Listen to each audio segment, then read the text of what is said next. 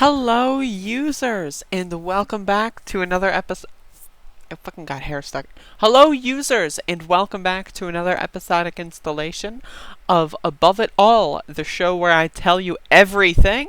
That's right, everything that you need to know. I took a couple days off because I'm just relaxing. I'm maxing and relaxing. Been trying some new substances. I've been having a lot of fun. So hopefully you don't mind. But I am one person. I am not a professional. I am not a team. I am not an organization. I just do this in my spare time.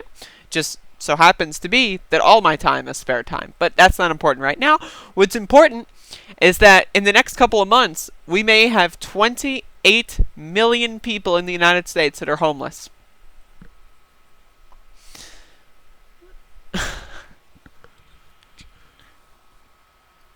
Again, we are currently in a society that says that, okay, you can't pay. So what? You die. That is capitalism. This is capitalism. If we lived in a proper, society that had even just remote safeguards, look at Europe. Look at 90% of Europe in the response to coronavirus.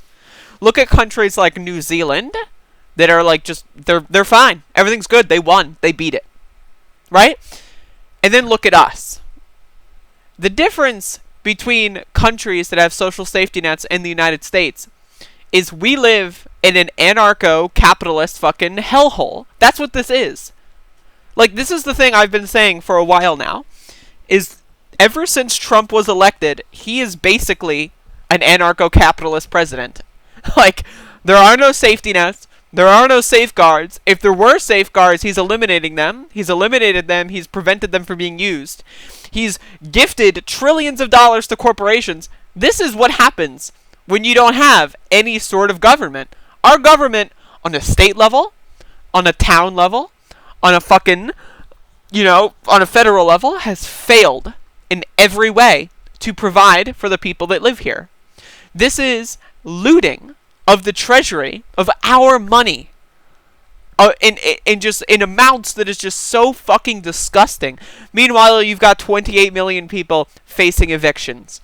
And there's a little interview with an eviction expert here. And I'm just going to read to you a little bio and just little tidbits here. This is from CNBC. Now, CNBC is an outlet. They're not communists, buddy. These people are capitalist to the bone. These are some of the scummiest, disgusting.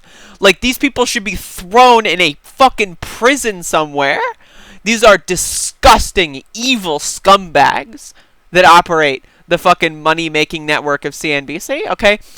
But even they have to realize and acknowledge that this is not sustainable.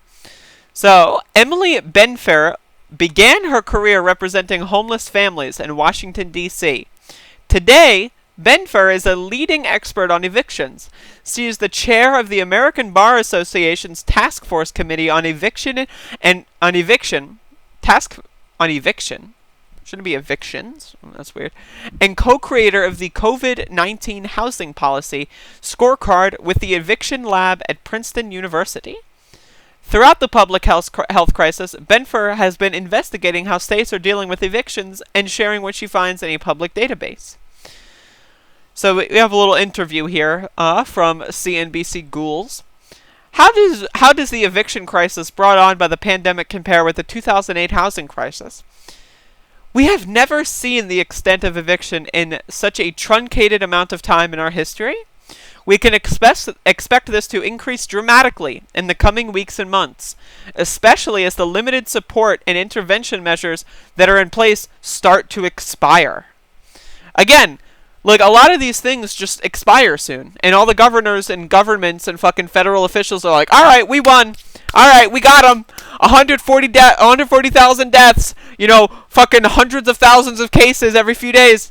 We win! We won! It's a win. We won. Coronavirus is over. Everyone, let's go fucking celebrate. That's what the fucking government is acting like. So what little safeguards that were in place in some states, they're going to be gone by the end of the month. About 10 million people over a period of years, were displaced from their homes following the foreclosure crisis in 2008. We're looking at 20 million to 28 million people in this moment between now and September facing eviction. Now, I'm not sure if that number is just now in September, or if that counts anyone that's lost their home between March and now. I'm not sure. It could be 20 to 28 million on top of the already gigantic homeless population. So, like, this is just, again, it's disgusting. It's disgusting. Like, the sheer psychopathy of the capitalist brain is fucking frightening. These are not humans. Capitalists are not human beings, okay? They are disgusting germs.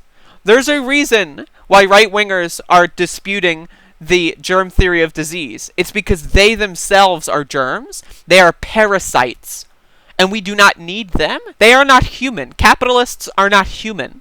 They do not possess qualities that make them human. They may look human, but they are not human. The same goes for cops. The same goes for politicians. They are parasites.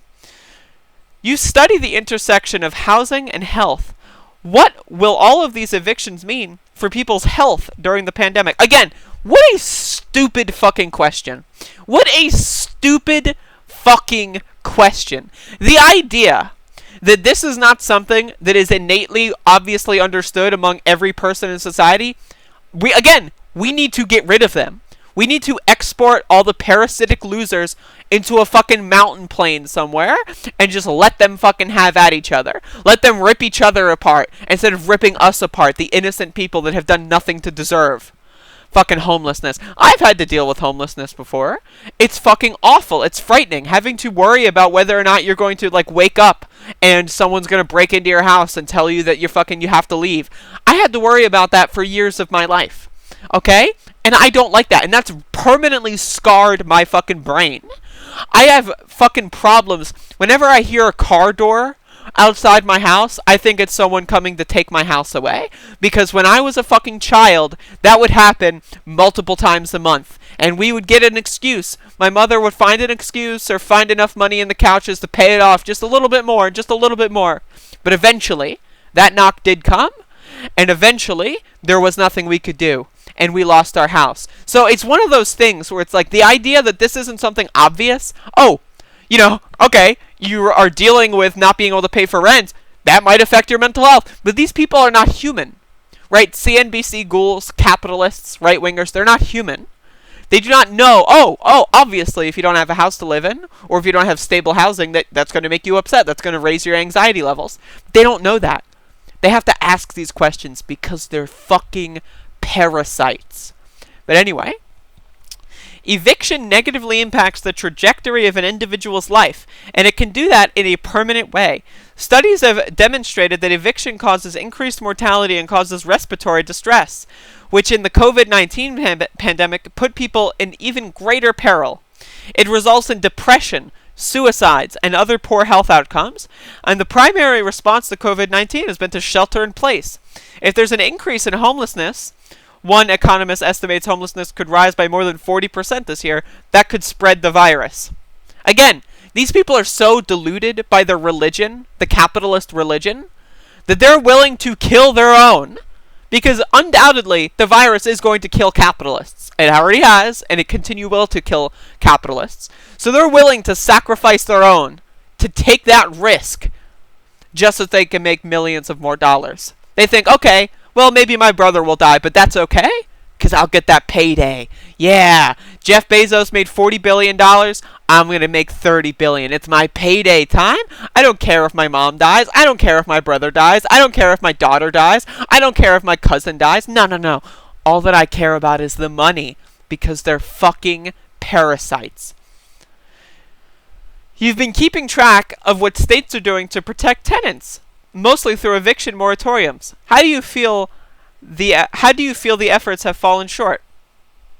Some of the moratoriums are limited to different segments of the population, and in their duration, they were not coupled with financial assistance to ensure that renters don't accrue this backed up debt and are stabilized enough to stay in their unit. Another issue is that in some states, landlords were allowed to go forward with a hearing on eviction and even receive an order of eviction, and it was only forestalled at the execution stage. That means there are a number of evictions that are just waiting for the sheriffs to execute. The moment the moratoriums lift, all those families will be immediately put out. And right now, 29 states lack any state-level moratorium against evictions. Capitalism is a death cult. It is a religion of death. Do not buy into this garbage. Because of the pandemic, a lot of these evictions are unfolding over video or phone instead of a courtroom. What are the issues that come up here? Even prior to the pandemic, the system was very challenging for tenants to navigate and to raise their rights. 90% of tenants across the country are unrepresented. When you consider that people are now choosing between rent and food for their families, they're also unlikely to pay for minutes on their phone or Wi-Fi to log into a remote hearing. So appearance itself may be very challenging. And if they fail to appear, if they weren't able to dial in, or if they don't have the right link to the Zoom, that's a little boomerish, that's considered a failure to appear, which results in a default judgment for the property owner. Imagine that. They send a fucking Zoom link to your phone number that was deactivated a week ago. Failure to appear. So fucking sickening. What can be done to make this eviction crisis less devastating? As an immediate measure, we need a nationwide uniform moratorium on eviction, and it has to be coupled with financial assistance to ensure that renters can stay housed without shifting the debt burden onto the property owner. The owners that are most likely to be affected by the eviction crisis right now are those who have small properties and don't have the financial cushion to make ends meet over a period of months when they're not receiving the rent. Once that's in place, we really need to start addressing the root cause of the eviction crisis and the lack of affordable housing. Again, the United States of America is an anarcho-capitalist hellhole. We have a group of roving lunatics and gangs that have taken over our government and are stealing all of our money and sending it off to corporations. Meanwhile, corporations aren't even paying their taxes. I just did a video on this a couple days ago. Corporations, the top 1% are responsible for 70% of tax avoidance. So they're not even paying their taxes, and then from the taxes that are paid on a nation, they're stealing most of them. This is anarcho-capitalism. We do not have a functioning government. This is a failed state. The United States of America ceased to exist when Trump took office. All it took was a push to come to shove, and everything falls apart. 28 million homeless people by September. But everything's just fine. Fuck you.